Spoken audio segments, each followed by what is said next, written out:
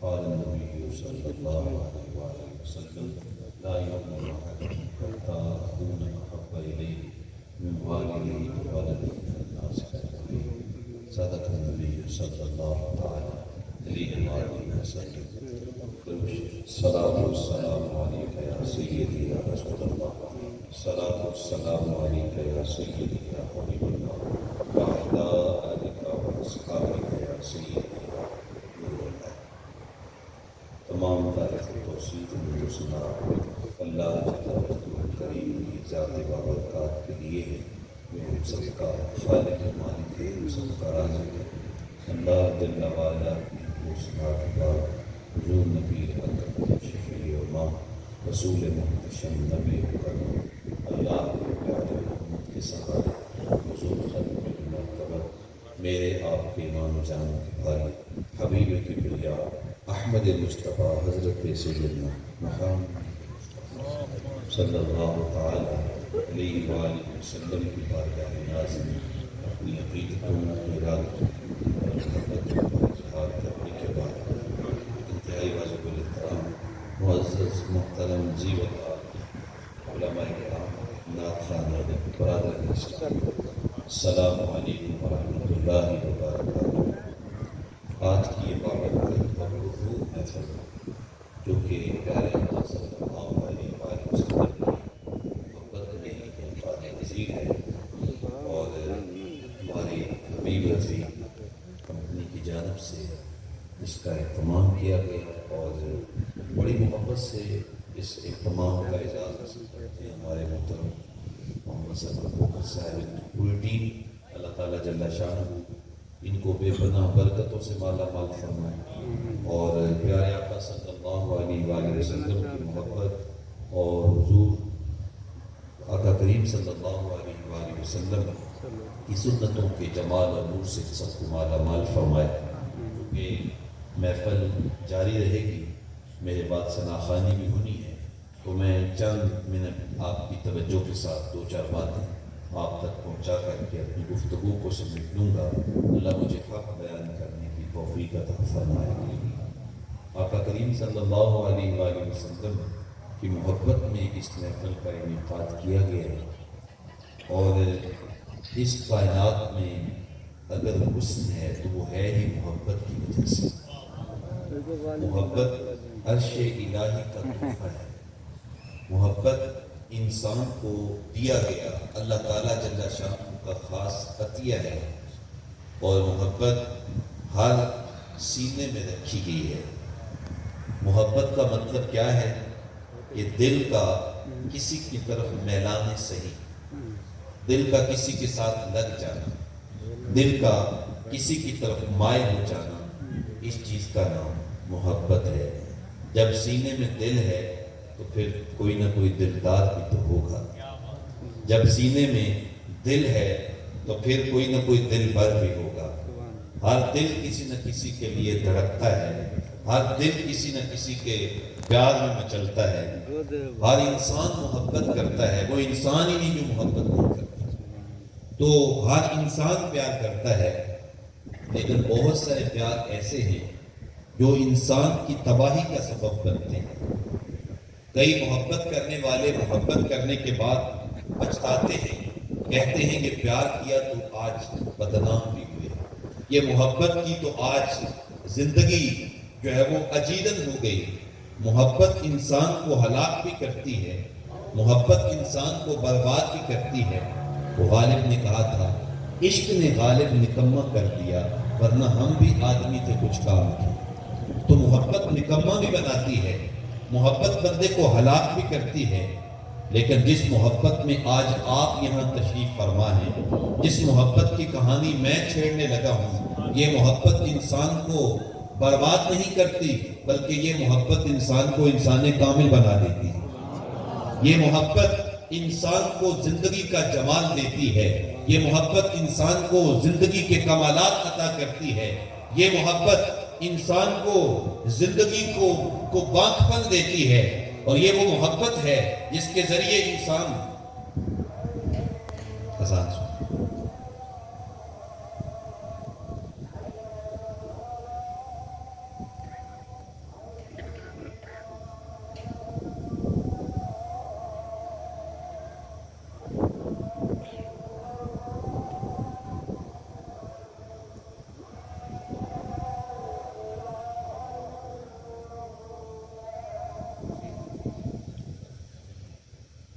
صلی اللہ علیہ حبیبہ محمد علیہ وسلم۔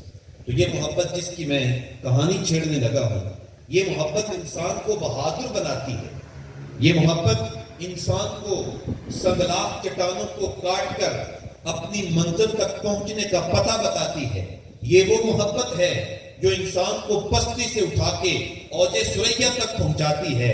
ہاں یہ وہ محبت ہے جو حضرت بلال کو فرش سے اٹھاتی ہے، عرش تک پہنچا دیتی ہے۔ اس لیے اقبال نے کہا تھا، ذرہ عشق نبی از حق طلب، سوز صدیق و علی از حق طلب۔ اگر اللہ سے کچھ مانگنا ہے نا تو اپنے نبی کی محبت کا ایک ذرہ مانگ، تو پھر تمہیں زندگی کا جمال نصیب ہو جائے گا، تمہیں زندگی کا حسن نصیب ہو جائے گا۔ اس لیے یہ محبت مطلوب و مقصود ہے۔ اگر دل میں یہ محبت نہیں ہے تو پھر اجاڑ ہے دل، پھر سینے کے اندر تاریکی ہے۔ اگر رسول اللہ کا پیار اس سینے میں نہیں ہے، لیکن اس سینے میں اجالا ہوتا ہی اس وقت ہے جب عشق رسول کی حرارت اس میں پیدا ہو جاتی ہے۔ تو اس لیے آقا کریم اسلام نے ہم سے یہ مطالبہ کیا، فرمایا لا یؤمن احدکم، تم اس وقت تک کامل مومن ہو ہی نہیں سکتے جب تک کہ مجھے اپنے والدین، اپنی اولاد، حتیٰ کہ تمام انسانوں سے بڑھ کر مجھ سے جب تک تم پیار نہیں کرتے، اس وقت تک تم مومن ہی نہیں ہو سکتے۔ اب حضور نے کتنی تاکید کے ساتھ یہ محبت کا ہم سے تقاضا کیوں کیا ہے؟ حضور کا کوئی فائدہ نہیں ہے، اس میں ہمیں ہی فائدہ ہے۔ اس لیے کہ اس محبت سے تو ہمیں جو ہے وہ پختگی ملے گی، اس محبت سے تو انسانیت ملے گی۔ اس لیے آقا کریم صلی اللہ علیہ وسلم نے اس چیز کا تقاضا کیا کہ اپنی اولاد، اپنے والدین، ہر چیز سے بڑھ کے مجھ سے پیار کرو۔ حضرت سیدنا عمر فاروق رضی اللہ تعالیٰ عنہ حضور کے ساتھ جا رہے تھے تو آقا کریم اسلام کی بارگاہ میں عرض کرتے ہیں، حضور کائنات کی ہر چیز سے آپ مجھے پیارے ہیں، سوائے اس جان کے، میری یہ جان مجھے آپ سے بھی زیادہ پیاری ہے۔ کھڑے لوگ تھے، سچی بات کر دی، کہا حضور بالکل کھڑی بات کر رہا ہوں کہ میری جان مجھے آپ سے بھی زیادہ پیاری ہے، پر جان کے علاوہ آپ ہر چیز سے زیادہ پیارے ہیں۔ آقا کریم فرمایا عمر ابھی تیرا ایمان مکمل نہیں ہے۔ اگلے لمحے عرض کیا حضور اب تو آپ مجھے میری جان سے بھی زیادہ پیارے ہیں۔ اسی موقع پہ کہہ دیا حضور جان سے بھی زیادہ پیارے ہیں۔ اب سوال ذہن میں آتا ہے کہ ایک لمحہ قبل کہا کہ جان کے علاوہ ہر چیز سے پیارے ہیں، اگلے لمحے کہہ دیا کہ اب جان سے بھی زیادہ پیارے ہو چکے ہیں۔ ایک سوال ذہن میں آتا ہے کہ وہ عمل تو کیا نہیں ہے، محبت کا لیول بڑھ کیسے گیا، محبت کے اندر یہ پختگی کیسے پیدا ہوئی کہ کہہ دیا آپ جان سے بھی زیادہ پیارے ہیں؟ تو صوفیاء کرام اس کا جواب دیتے ہیں، وہ فرماتے ہیں حضور کی زبان بھی تربیت کرتی ہے اور آقا کی نظر بھی تربیت کرتی ہے۔ جب کہا نا حضور جان کے علاوہ ہر چیز سے پیارے ہیں، تو آقا کریم اسلام نے اپنی نگاہ پاک سینہ عمر پہ ڈالی اور ایمان کا لیول بڑھ گیا۔ اب جب عمر نے سینے میں جھانک کر کے دیکھا تو حضور جان سے بھی زیادہ پیارے ہو چکے تھے۔ اس لیے کہا حضور اب تو آپ مجھے جان سے بھی زیادہ پیارے ہیں۔ معلوم یہ ہو رہا ہے کہ حضور کی محبت نصیب بھی اسی وقت ہوتی ہے جب حضور کی نگاہ کرم ہو جاتی ہے۔ یہ محبت ایک ایسا کائنات کا عظیم جو ہے وہ عطیہ ہے جو حضور کی نگاہ سے ہی ہمیں عطا ہوتا ہے۔ تو آقا کریم صلی اللہ علیہ وسلم نے یہ کہا کہ مجھے اپنی جان سے بھی زیادہ پیار ہے۔ سمجھو حضرت مولا کائنات سیدنا علی مرتضیٰ رضی اللہ تعالیٰ عنہ فرماتے ہیں آقا کریم صلی اللہ علیہ وسلم ہمیں اپنی ہر چیز سے پیارے تھے، حتیٰ کہ بیوی بچوں سے پیارے تھے۔ ہاں سخت گرمی کے موسم میں ٹھنڈے پانی سے بھی اگر کوئی چیز ہمیں پیاری تھی تو وہ ذات رسالت مآب صلی اللہ علیہ وسلم، جب وہ حضور ہم سے پیارے تھے۔ ایک واقعہ اس حوالے سے پیش کرتا ہوں کہ صحابہ کیسے حضور سے پیار کرتے تھے۔ آقا کریم صلی اللہ علیہ وسلم کے صحابی، ابھی حضور نے اعلان نبوت نہیں کیا، نام حضرت زید بن حارثہ، یہ یمن کے رہنے والے تھے، تو ان کو کسی نے پکڑ لیا، اغوا کر لیا، یہ شروع سے سلسلہ چلتا آ رہا ہے، اور اغوا کر کے ان پہ احسان یہ کیا کہ مکے میں لا کے ان کو فروخت کر دیا۔ حکیم بن حزام نے ان کو خرید لیا، اور حکیم بن حزام نے اپنی پھوپھی حضرت سیدہ خدیجہ الکبریٰ کو یہ غلام تحفے میں دے دیا کہ یہ میرا نہیں ہے، آپ کا ہے۔ جب حضرت سیدہ خدیجہ الکبریٰ کی شادی آقا کی اسلام سے ہوئی، انہوں نے جیسے اپنا سارا مال لا کے حضور کے قدموں میں رکھ دیا، اسلام کی خاتون اول ہیں، تو یہ بھی عرض کرتی ہوں حضور، یہ زید بن حارثہ جو میرا غلام ہے، یہ بھی میں تحفے کے طور پہ آپ کو پیش کرتی ہوں، آپ کی خدمت کیا کرے گا۔ آقا کی اسلام نے حضرت زید کو آزاد کر دیا، اور زید حضور کے پاس رہنے لگ گیا۔ ان کا باپ ان کو تلاش کرتے کرتے حادثہ بوڑھا ہو گیا، زندگی بیت گئی، بیٹا ملا نہ۔ وہاں سے کچھ لوگ حج کرنے کے لیے اس زمانے کے مطابق یمن سے مکہ المکرمہ میں آئے، اور انہوں نے آ کے دیکھا کہ زید تو یہاں پہ موجود ہے، تو جا کے ان کے باپ کو بتایا کہ تیرا بیٹا زید تو مکہ المکرمہ میں جناب محمد عربی صلی اللہ علیہ وسلم کے پاس موجود ہے۔ زید بن حارثہ کے حضرت حارثہ انہوں نے اپنے بھائی کعب کو ساتھ لیا اور خطیر رقم ساتھ لی، اور مکہ المکرمہ میں فوراً پہنچے اور آ کے حضور سے ملاقات کی، کہا کہ مجھے پتہ چلا ہے کہ میرا بیٹا آپ کے پاس ہے، میں اپنے بیٹے کو تلاش کرتے کرتے بوڑھا ہو گیا ہوں، اور اس کی ماں الگ پریشان ہے، مہربانی کریں آپ جتنی مرضی قیمت دے دیں، میں وہ ادا کرنے کے لیے تیار ہوں، لیکن مہربانی میرا بیٹا میرے ساتھ روانہ کر دیں۔ آقا کریم ارشاد فرمایا کہ میں زید کو بلاتا ہوں، اگر وہ تمہارے ساتھ جانا چاہے گا تو میں قیمت نہیں دوں گا، مفت تمہارے ساتھ روانہ کر دوں گا، لیکن اگر وہ تمہارے ساتھ نہیں جانا چاہے گا تو پھر میں جانے پہ اس کو مجبور نہیں کروں گا۔ اس نے کہا مجھے منظور ہے، کیونکہ انہیں پتا تھا بیٹا ہے اتنی عرصے سے بچھڑا ہوا، جیسے آئے گا وہ فوراً میرے ساتھ جانے کے لیے تیار ہو جائے گا۔ جیسے زید آئے، باپ کو دیکھا، باپ نے باہیں کھول لی اور بیٹے کو سینے سے لگایا، کافی دیر تک رو کے اپنے بیٹے کو سینے سے لگا کے پیار کیا، محبت کی، اور کہا بیٹا میں تجھے لینے کے لیے آیا ہوں، آؤ میرے ساتھ چلو۔ تمہاری امی انتظار کرتے کرتے بوڑھی ہو گئی، تو حضرت زید کہتے ہیں ابا جی یہ درد تو نہیں چھوڑ سکتا، تیری ظلم کے قیدی نرالی شان رکھتے ہیں، کبھی مانگا نہیں کرتے رہائی یا رسول اللہ۔ عرض کرتے ہیں ابا جی اگر آپ کا دل اداس ہو جائے تو مجھے یہیں آ کے مل لینا، یہ چوکھٹ میں مر کے بھی نہیں چھوڑ سکتا۔ حضرت حارثہ کہنے لگے زید یہ کیسی بات کر رہے ہو تم، میں تمہارا باپ ہوں اور تم میرے بیٹے ہو، تم میرے نسل ہو، تم غلامی کو آزادی پہ ترجیح دے رہے ہو، تم باپ کو چھوڑ کے ان کی چوکھٹ پہ رہنا چاہ رہے ہو۔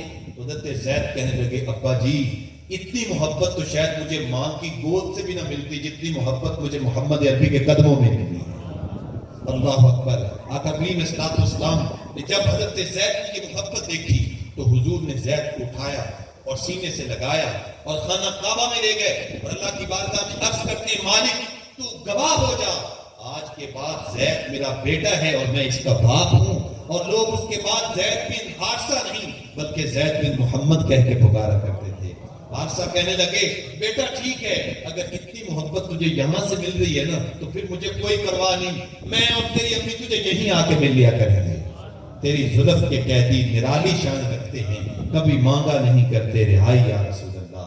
یہ ہے حضور کے ساتھ صحابہ کرام کا پیار، یہ ہے حضور کے ساتھ صحابہ کرام کی محبت۔ یار صحابہ تو صحابہ ہیں، کائنات کی ہر چیز میرے آقا سے پیار کرتی ہے، یہاں تو جانور حضور سے پیار کرتے ہیں، یہاں تو حیوانات کیا نباتات بھی حضور سے پیار کرتے ہیں۔ حضرت مولا کائنات سیدنا علی مرتضیٰ رضی اللہ تعالیٰ عنہ ارشاد فرماتے ہیں ابھی حضور نے اعلان نبوت نہیں کیا تھا، لیکن میں آقا کریم اسلام کے ساتھ جب مکے سے کسی مقام سے گزرتا تو کوئی درخت کوئی پتھر ایسا نہیں ہوتا تھا جو حضور پہ السلام علیکم یا رسول اللہ نہ پڑھتا ہو۔ درخت بھی حضور پہ سلام پڑھتے ہیں اور پتھر بھی آقا کریم السلام پہ سلام پڑھتے ہیں، یا تو جانور بھی حضور سے پیار کرتے ہیں۔ اللہ اکبر۔ قربانی کا موقع تھا، آقا کریم السلام نے حجۃ الوداع کہ جو حضور نے آخری حج جو ادا فرمایا تو اس کے بعد حضور نے قربانی کی، اور میری قربانی بھی آقا کریم اسلام کی کیا قربانی تھی، حضور نے 100 اونٹ ذبح فرمائے، 100 اونٹ.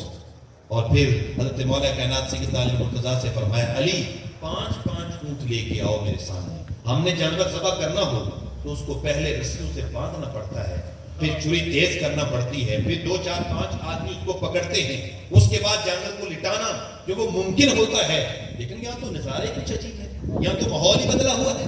5 اونٹ لائن میں کھڑے ہیں, کوئی رسی نہیں ہے, کوئی پکڑنے والا نہیں ہے. حضرت مولا کائنات سیدنا علی مرتضیٰ فرماتے ہیں صورتحال یہ ہے, حضور کے ہاتھ میں چھری ہے. اب چھری دیکھ کر جانور پیچھے بھاگتے ہیں, لیکن یہاں کمال کا منظر ہے, جو اونٹ سب سے آخر میں کھڑا ہے وہ باغ کے پہلے نمبر پہ آ جاتا ہے کہ آمنہ کے لال پہلے میری گردن پہ چھری چلا ہے. ہم آہوان صحرا سرے خود نہادہ برکف با امید کے روز شکار خواہی آمد. محبوب جب جنگل میں گئے نا تو سارے ہرن اپنے سر لے کر محبوب کے سامنے کھڑے ہو گئے کہ شاید محبوب پہلے میری گردن کو شکار کرے. یہاں کائنات کی ہر چیز حضور سے پیار کرتی ہے. زمین جل رہی ہے, آسمان جل رہا ہے, محبت میں سارا جہاں جل رہا ہے. کائنات کی کوئی چیز ایسی نہیں ہے سوائے سرکش جنوں اور سرکش انسانوں کے. کائنات کی ہر چیز آمنہ کے لال سے پیار کرتی ہے.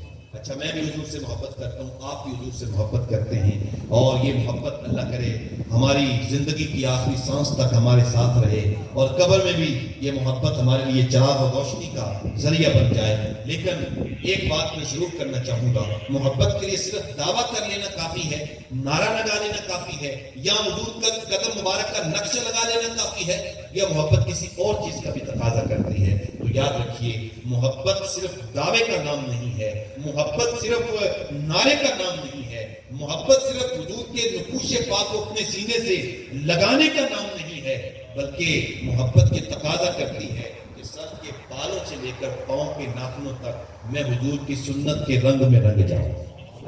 میری صورت سے, میری سیرت سے, میرے کردار سے, میرے اعمال سے پیارے آقا صلی اللہ علیہ وسلم کی اطاعت, حضور کی فرما برداری اگر نظر آئے تو پھر سمجھ لیجئے کہ محبت کامل ہوگی. اور صحابہ کرام اسی انداز کے ساتھ آقا کریم صلی اللہ علیہ وسلم سے محبت کیا کرتے تھے. میں صرف ایک روایت آپ کے سامنے پیش کر کے اپنی گفتگو کو بالکل سمیٹتا ہوں کہ صحابہ کرام کیسے حضور کی اطاعت کرتے تھے اور فرما برداری کرتے تھے. حضور تشریف فرما ہے, ہجوم عاشقہ ہے, صحابہ کرام کا جمع غفیر ہے. ایک شخص آیا, اس نے حضور سے مصافحہ کیا, اس کے ہاتھ میں سونے کی انگوٹھی تھی. تو آقا کریم صلی اللہ علیہ وسلم نے وہ انگوٹھی اتاری اور وہ پھینک دی. آج ہم تو اگر کسی کو کہیں کہ یار یہ برائی ہے نہ کرو تو لوگ سینے کو آتے ہیں. جی آپ کون ہوتے ہیں ہمیں منع کرنے والے؟ جی آپ کون ہوتے ہیں ہمیں اس بات کا حکم دینے والے؟ اگر کوئی ماں باپ کی نافرمانی کر رہا ہو, کسی کا اخلاق اچھا نہ ہو, کسی کا کردار اچھا نہ ہو, اگر اس کو ٹوکا جائے تو وہ ناراض ہوتا ہے. لیکن صحابہ کرام کا مزاج کیسا ہے؟ اتنے صحابہ کے سامنے حضور نے انگوٹھی اتار کے پھینکی, لیکن صحابی کا جذبہ اطاعت دیکھیں, وہ بیٹھ کے جا کے خاموش ہو کے. جب مجلس برخاست ہوئی تو صحابہ نے اس شخص کو کہا کہ وہ انگوٹھی اٹھا لو, تم نہیں پہن سکتے, کیونکہ آقا کریم اسلام کے فرمان کے مطابق سونا اور ریشم اس امت کے مردوں پہ حرام, یہ حرام قرار دے دیا گیا. مرد چاہے بچہ بھی چھوٹا ہو اس کو بھی سونے کی انگوٹھی نہیں پہنائی جا سکتی. اگر کوئی تحفے کے طور پہ دے بھی تو اس کو ویسے محفوظ کر لینا چاہیے, لیکن بچے کو پہنانا نہیں چاہیے کیونکہ حرام ہے. مرد نہیں پہن سکتے, عورتیں ان کی زینت ہے وہ تو پہن سکتی ہیں. تو صحابہ نے اس کو کہا کہ وہ انگوٹھی اٹھا لو, تم نہیں پہن سکتے, بیوی کو پہنا دے, کسی اور کام میں نہیں آنا. لیکن صحابی کا جواب سنیے, اور میری یہ ایک بات ہی اگر ہم سب کے دل میں اتر جائے تو ہماری سمجھ کے لیے کافی ہے. انہوں نے کہا واللہ لا آخذہ وقد طرحہ رسول اللہ صلی اللہ علیہ وسلم, کہنے لگے خدا کی قسم جس انگوٹھی کو میرے نبی نے اتار کے پھینک دیا ہے, میں اس کو لے جانا تو دور کی بات ہے, میں اس انگوٹھی کو ہاتھ بھی نہیں لگاؤں گا. چاہے میں اور کام میں استعمال کر سکتا ہوں, لیکن چونکہ میرے آقا نے اس کو پھینک دیا ہے, اب میں نے اس کو ہاتھ بھی نہیں لگانا. یہ ہے صحابہ کرام کا جذبہ اطاعت, اور یہ ہے صحابہ کرام کی محبت جو حضور کے ساتھ تھی. آخری بات یہ بھی میں کہنا چاہوں گا, ہم سب چاہتے ہیں کہ قبر میں, حشر میں ہم سب کو حضور کا ساتھ نصیب ہو, تو اس کے لیے ضروری ہے کہ محبت کے ساتھ ساتھ ہمیں آقا کریم اسلام کی اطاعت بھی کرنا ہوگی, فرما برداری بھی کرنا ہوگی. حضور کے ایک صحابی تھے, آقا کریم اسلام کی مجلس میں حاضر ہوئے. حضور نے دیکھا کہ بڑے غم زدہ ہیں, چہرے پہ بڑی اداسی ہے اور تفکرات میں پڑے ہوئے ہیں. تو آقا کریم اسلام نے بلایا, کہا میرے غلام پریشان نظر آ رہے ہو, اتنے تفکرات میں ہو, اتنے غم زدہ ہو, وجہ کیا ہے؟ عرض کرتے ہیں یا رسول اللہ صلی اللہ علیہ وسلم, آج بس ایک خیال نے مجھے پریشان کر دیا ہے. فرمایا کیا بات ہے بتاؤ؟ غم بانٹنے والا محبوب تمہارے پاس موجود ہے, غم پہ مرہم رکھنے والا محبوب موجود ہے, بتاؤ کیا پریشانی ہے؟ عرض کرتے ہیں حضور آج تو ہماری موجیں لگی ہوئی ہیں, آپ کے پاس بیٹھتے ہیں, آپ کے رخ بددعا کا دیدار کرتے ہیں, آپ کی زبان ترجمان سے آپ کی میٹھی باتیں سنتے ہیں اور اپنے دلوں کو چین پہنچاتے ہیں, اطمینان پہنچاتے ہیں. جتنے غم ہوں, جتنے دکھ ہوں, جب آپ کے پاس آتے ہیں آپ کا دیدار کر کے سارے غم دھل جاتے ہیں. مجھے پریشانی یہ ہو رہی ہے کہ کل جب قیامت کا دن آئے گا آپ تو جنت کے سب سے بلند درجے پہ فائز ہو جائیں گے, کیونکہ آپ تو جو میدان معاشر کے دولہا ہوں گے, تو دولہے کا تو مقام ظاہر ہے سب سے اونچا ہوتا ہے, تو آپ سب سے اونچے مقام پہ ہوں گے اور ہم غلام آپ کے صدقے جنت میں چلے تو جائیں گے, لیکن پتہ نہیں جنت کے کس مقام پہ ہوں گے, کس مرتبے میں ہوں گے. لیکن میں پریشان اس وجہ سے ہو رہا ہوں کہ پتہ نہیں قیامت کے بعد جب سب سے اونچے درجے پہ آپ چلے جائیں گے تو مجھ غلام کی آپ سے ملاقات ہو سکے گی یا نہیں ہو سکے گی, آپ کا دیدار نصیب ہوگا یا نہیں ہوگا, آپ کے ساتھ ملاقات ہو سکے گی یا نہیں ہو سکے گی. اس خیال نے مجھے پریشان کر دیا ہے. اب آقا کریم اسلام نے غلام کی جب یہ بات سنی نا, حضور خاموش ہو گئے, فوراً جبریل حاضر ہو اور قرآن لیا اور یہ آیت میں پڑھنے لگا ہوں, اس کا ترجمہ بھی سن لیجئے گا. اللہ نے یہ حکم سنا دیا, وَمَن يُطِعِ اللَّهَ وَالرَّسُولَ فَأُولَٰئِكَ مَعَ الَّذِينَ أَنْعَمَ اللَّهُ عَلَيْهِم مِّنَ النَّبِيِّينَ وَالصِّدِّيقِينَ وَالشُّهَدَاءِ وَالصَّالِحِينَ وَحَسُنَ أُولَٰئِكَ رَفِيقًا. کہا میرے غلام پریشان نہ ہو, اللہ کا حکم آ گیا ہے.